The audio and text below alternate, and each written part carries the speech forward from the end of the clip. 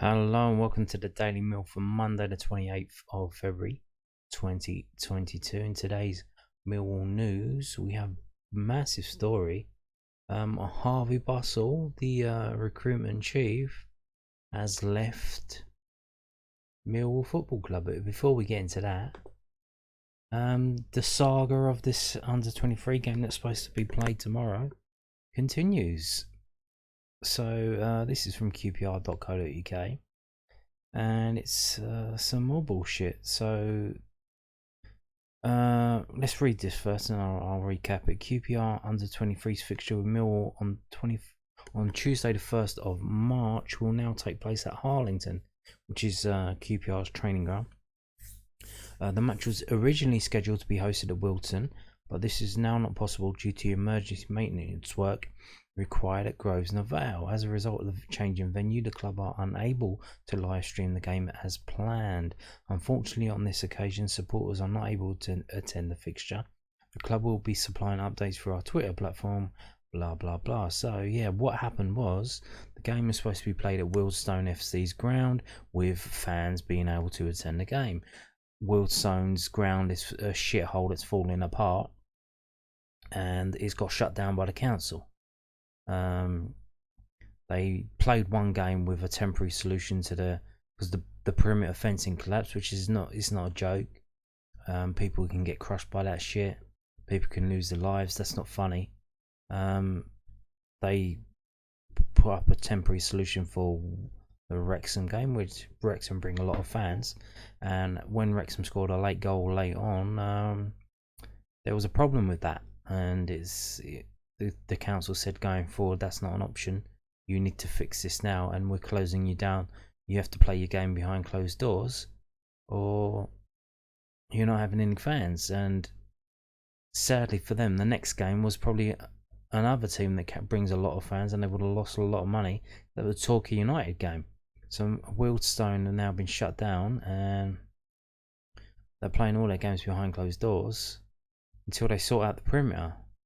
And it seems they're doing it as quickly as they can, because what that meant was the QPR under-23s versus Millwall under-23s game that was supposed to be played at Wealdstone FC with fans.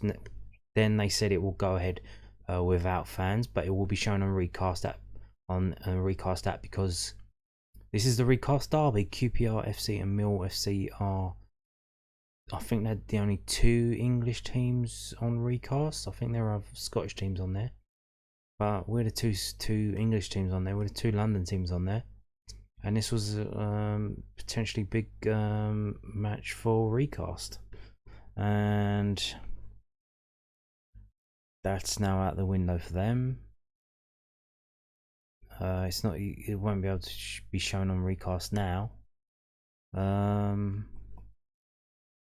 Yeah, so, which is unfortunate because Millwalls FC's Twitter and official site have been pumping this all week, because they're trying to get Mill fans to use this new Recast app, even though a lot of you don't like using it. It's it seems to be, it will be taking over from iFollow, we suspect, from next season, because iFollow is out the window because you've all been complaining about that. Now everyone's complaining about a Recast app. It's like, you gotta go somewhere. You know, you're not gonna. It's the days of BBC and ITV, LWT and Thames Television. That's out the window. You know, the future is here, and it's the Recast app, it seems. But yeah, so no Recast tomorrow for the QPR game. Just boring old Twitter updates. Or maybe if you get on a betting website, you can have a live scores. They sometimes do that. I know Ladbrokes do. The firm that I bet with, you can bet on a game, or even if you're not betting on a game, just follow the game live, in terms of extremely up to date scores and whatnot. But yeah, there you go. So I thought I'd share with that first, because it's just another it's, yeah. Originally, I wanted to go to Wealdstone FC to watch a Millwall game. Never been to Wealdstone FC. Was gonna do that. Fucking tube strike on Tuesday as well. So that potentially fucks it up. Then we get news that you can't go because Wealdstone's ground is falling apart and it's been shut down by the council. So okay, but you can watch it on the Recast app. Then they say, then this comes out. They put this out like 9 p.m. 9 p.m. I don't know why they did it so late. Maybe they were trying to find an alternative venue, somewhere with like a gantry that they could put the camera equipment that they could film with, and perhaps so maybe that's why they were trying to get it on, and they just couldn't do it. But yeah, there you go, not happening, which is a shame. But let's go to the actual big news today. Harvey Bussell leaves Millwall. Now, I told you in yesterday's video, or was it the day before? News at Den put out this weird story about, which was basically saying nothing, and they literally had a quote. It was about the rumours of Alex Aldridge going back to Millwall, because that had been rumoured, but that had been rumoured about a week ago. And everyone mentioned it then, and then now, the day before Harvey Bussell leaves, they publish that story, and then in that story they have a quote from Gary Rowett, and the quote is, "No comment." Basically, he says, "Can you tell us about the rumours of Aldo coming back to work with Millwall?" And he says, "No, not really." And that was in their story, and it's like literally like someone had to type that up. And then think, okay, yeah, let's publish this on the website. They publish like maybe 1 or 2 stories a day. Maybe on the weekends, on the match day, they go for like maybe 4 or 5. So that is weird for them to do that. Now we probably know why. They were preempting the situation here. Harvey Bussell leaves Millwall. Head of recruitment departs. Millwall Football Club can confirm that Harvey Bussell has left his position as head of recruitment. Bussell joined the Lions in January 2021, so just over a year, and has worked tirelessly during the free transfer window since to improve the first team squad and also enhance recruitment processes behind the scenes. He implemented and delivered an effective loan player management policy, streamlining internal data and scouting practices whilst achieving internal cost saving measures to enhance other areas of the club. COVID-19 has made it for significantly more difficult transfer market conditions than in previous years, as soon as reduced spending across the EFL Championship. But Bussell and his team have continually searched for innovative ways to overcome hurdles put in their way by the pandemic and Brexit, which has limited the scope of players available. Everyone at the Den would like to thank Bussell for his efforts while with the club, and wish him the best of luck for the future. So there you go. There you go. He has left the building. Now, what are the reasons for leaving? We don't know. We don't know. Should we know? It's none of our business. Maybe it's personal. I don't know. Now, is he getting the blame for the players coming in that he's brought in getting injured? Which is not being funny, but literally every player in the squad has been injured, except for Billy Mitchell and the 2 goalkeepers, I believe. So, and a lot of people are pointing fingers at the pitch. I made a special video about that. How long? Go to my YouTube channel and check that out. It's on the homepage. You should see that there. It's the pinned video. So it would be harsh if he's being blamed for the Freeman and Burke injuries. Maybe it's something else. I don't know. Like I said, maybe it's personal. He doesn't like it down here. I don't know. Yeah. So let's move on to the South London Press's version of this. So they've got a few more bits. So this is from londonnewsonline.co.uk. Harvey Bussell has left his position as Mill's head of recruitment.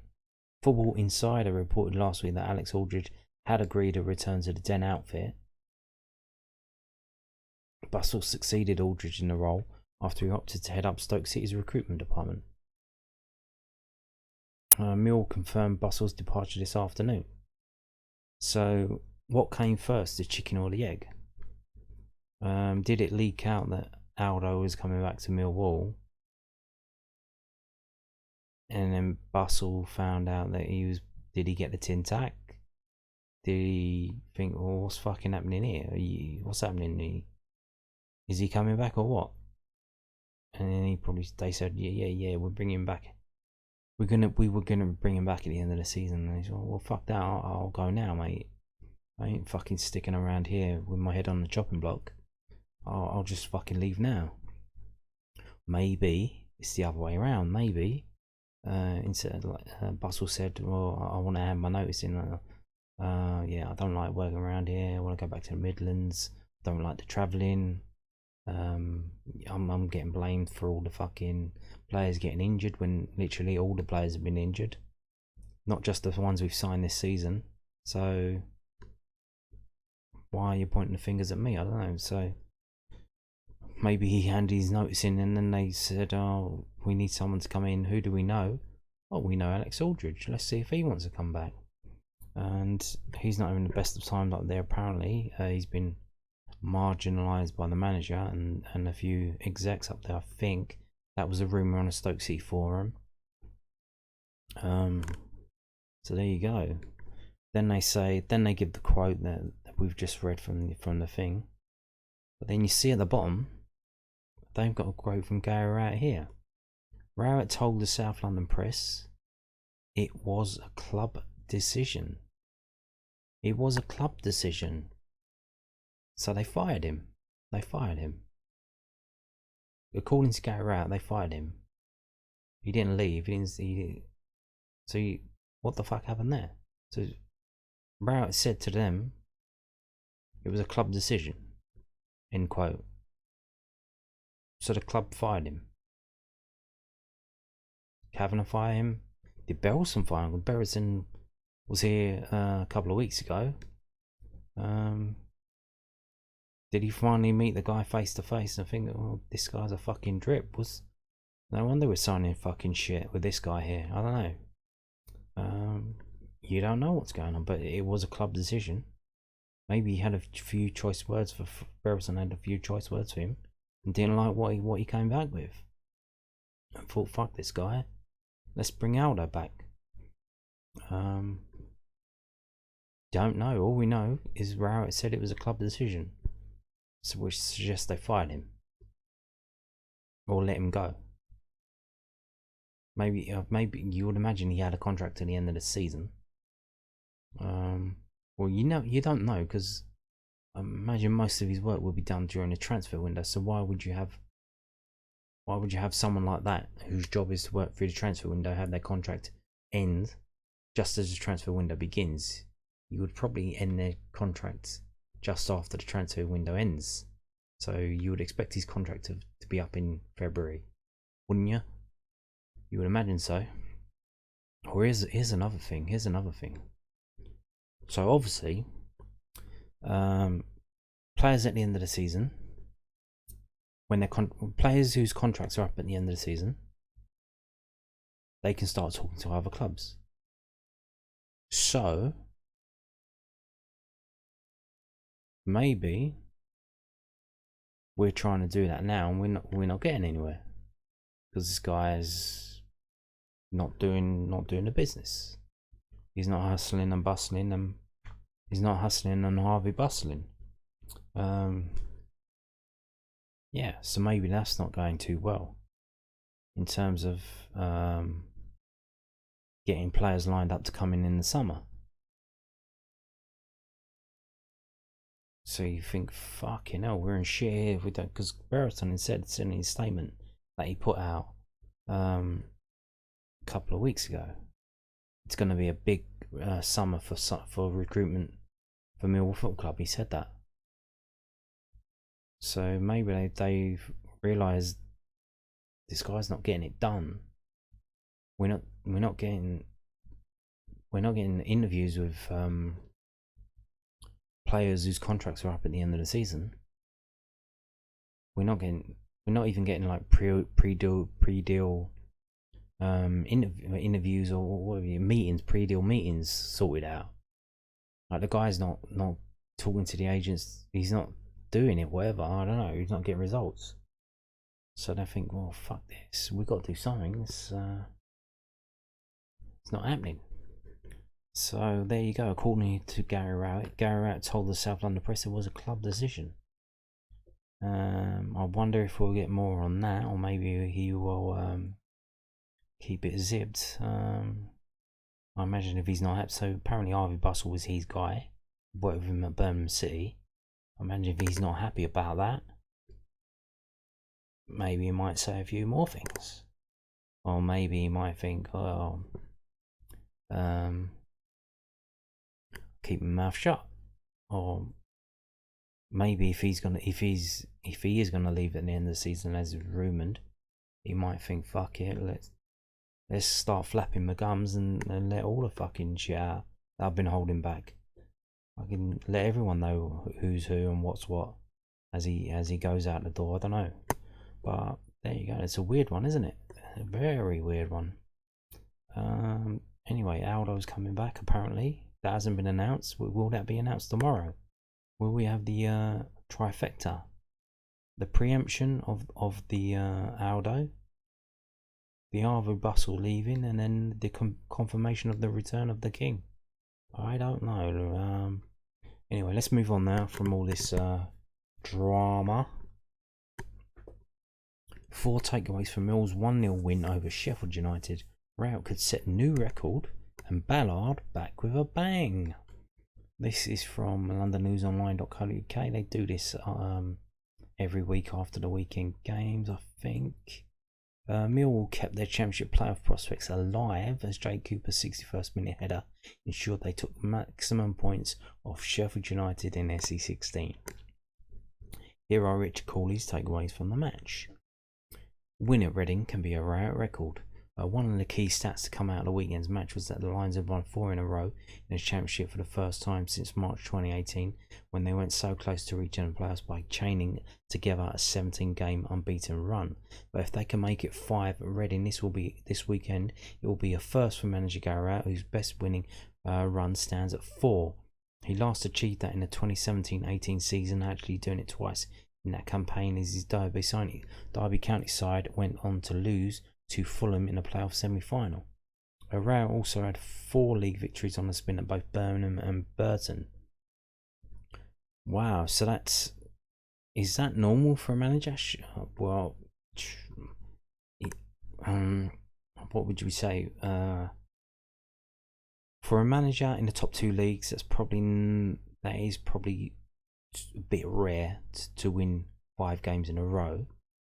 For a manager in League 1 or League 2, probably a bit more chance of that happening, of you winning 5 games or more in a row. You would imagine so. I don't know. I haven't looked at it, but the fact that he's had so many managerial seasons, and he hasn't gone 5 wins in a row before. Very weird. Very weird. So what does that say? It says he's not one for winning games. I bet he's done 5 draws in a row. You can fucking guarantee they've probably done 10 draws in a row. But if they can make it 5 at Reading this weekend, it will be first for manager Gary Rowett. Rowett also had 4 league victories on the spin at both Birmingham and Burton. Yep. His average points return as Millwall manager is 1.47 per game. Saturday was his 48th win in 124 games with 39 draws and 37 losses. Jed closing in on double digits. It was Jed Wallace's free kick, which Jake Cooper power past Wes Fotheringham at the weekend with the Lions number 7 back to his influential best. Wallace has assisted in 2 of his last 3 matches, as well as scoring the opening goal in last week's 2-1 win at Derby County, and needs just 2 more to move into double figures for the second time in 4 championship campaigns. The website Transfer Market Stats show that his best season for assists was in 12 in the 2019-20 season, and Jed still has 13 matches to add to his current haul. It has been absolutely no coincidence Mill's upturn in form has mirrored Wallace producing some excellent displays when he goes in the summer, which looks and almost certainly it will be tough to replace his quality on Mill's budget. Indeed. That's probably another reason why Harvey Bussell went. Trying to sign a replacement for Jed Wallace probably sent him a bit doolally. Strong defence, a big boost at home. Only Fulham, 37, Blackburn, 36, Middlesbrough, 35, and QPR, 33, have taken more points at home than Millwall, 32, in the Championship this season. And the Lions are third for fewest goals conceded on their own pitch, only letting in 13 in 17 matches. It's pardon me. It's worth adding that the clubs above them, West Brom 8 and Sheffield United 11, played 2 fewer fixtures. Bart Biakowski has kept 4 clean sheets in his last 7 matches, with 43 shutouts and 130 games for the Lions. Amazing stuff. Well done, Bart. The Polish keeper did not have a whole lot of saves to make at the weekend, thanks to some top-notch defending in front of him, but did dive bravely at the feet of Morgan Gibbs-White, as well as tipping over Jack Robinson's effort, which actually could have been a misdirected cross. Big Dan's back. Sean Hutchinson's injury saw Dan Ballard make his first appearance for Millwall in 3 months after a spell on the sidelines following knee surgery. And the Arsenal loanee slotted seamlessly back into the Lions' defence. Despite only playing the last 26 minutes, he won 6 aerial duels, the joint highest in the contest along with United's Robinson, as well as claiming the most interceptions, 3. The 22-year-old was only behind Jake Cooper, 6 with his 4 clearances. Indeed, that's what I said. He got, if you see the stats video from yesterday, skip to the stats. In the 26 minutes he was on the pitch, he did enough to get him a rating as near as such, literally right near Sean Hutchinson's rating when he was on the pitch for more of it. Quite remarkable stuff. It's obviously ready and raring to go. Fabulous, hopefully, because we're going to need him. And you know why we're going to need him? Because Hutchinson, it seems to be injured now. We've got injury updates now. We're going to finish with those. Millwall manager provides injury update on Hutchinson and Bennett. Gary Rowett is waiting on scan results for Sean Hutchinson and Mason Bennett off the Millwall Joe. Both came off in Saturday's 1-0 win over Sheffield United. Bennett was forced off in the early stages at the Den, with Hutchinson lasted until just past the hour mark. The 31-year-old has made 28 appearances this season. He seems to have had a few calf issues when he gets fatigued, and we've had a build-up of games, said Rowett. At the moment, I think players are reluctant to say they've got something wrong because they just want to get through the team and help. Hutchinson felt it at half-time and carried on thinking he could get through it. I don't know if he did it in the celebration, chasing Coops, or did it just before then, but it looks like it's a pretty serious calf tear. I think the players are going for a scan today. Most grade 1 injuries, you're talking 2 or 3 weeks. If it's a grade 2, you're talking 4 to 6 weeks. If it's a grade 3, you're talking about probably 10 to 12 weeks. They are rough timescales you're working with.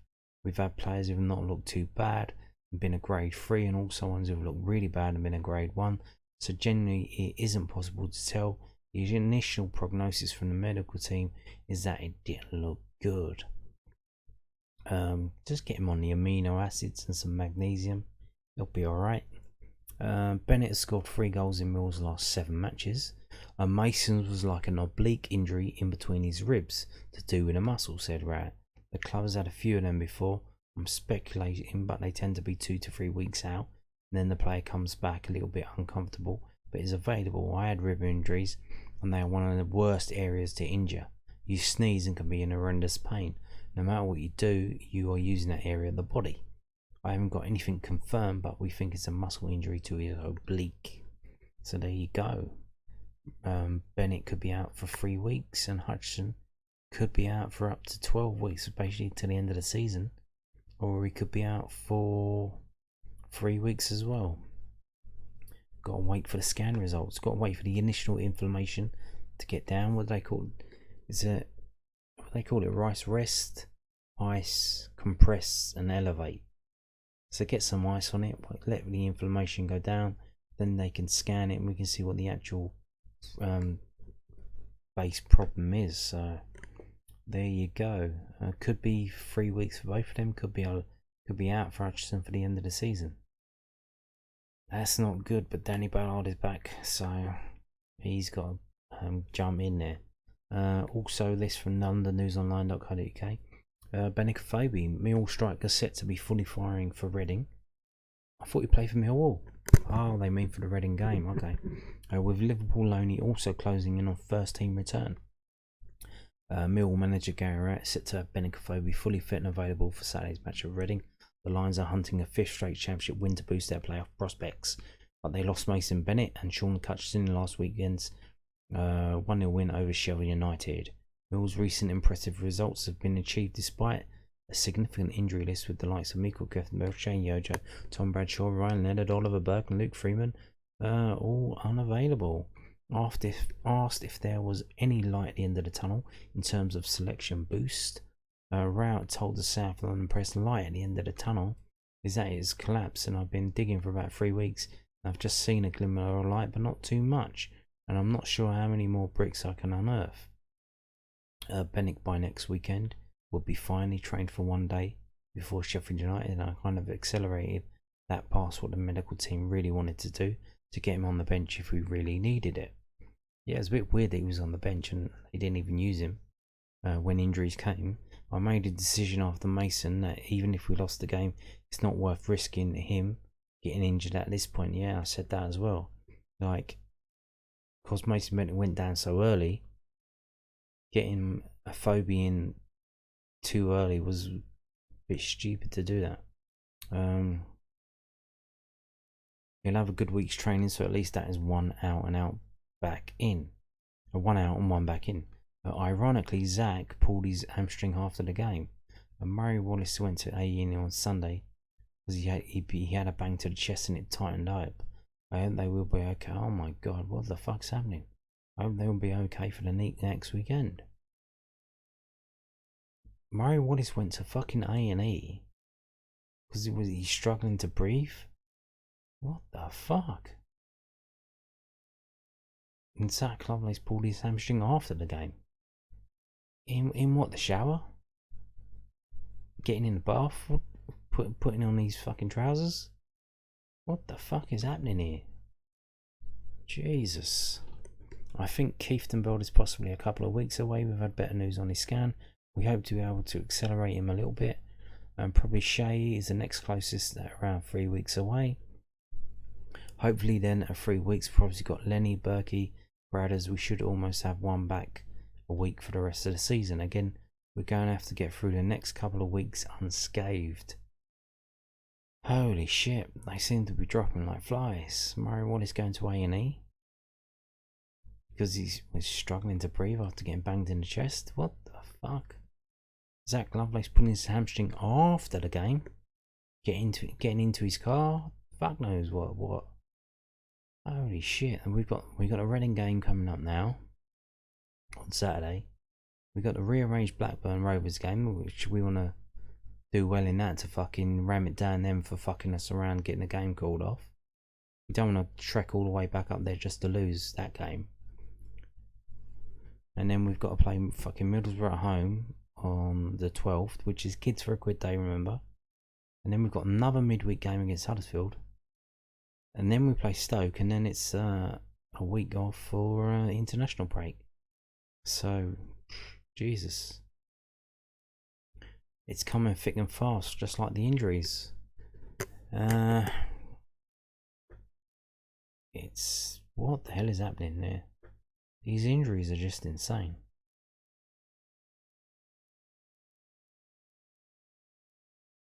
They are absolutely insane. I can't believe this. Holy fucking moly. Anyway, just a reminder, under 23s game, not on Recast, and behind closed doors at QPR training ground. That is it. Thank you for watching and goodbye.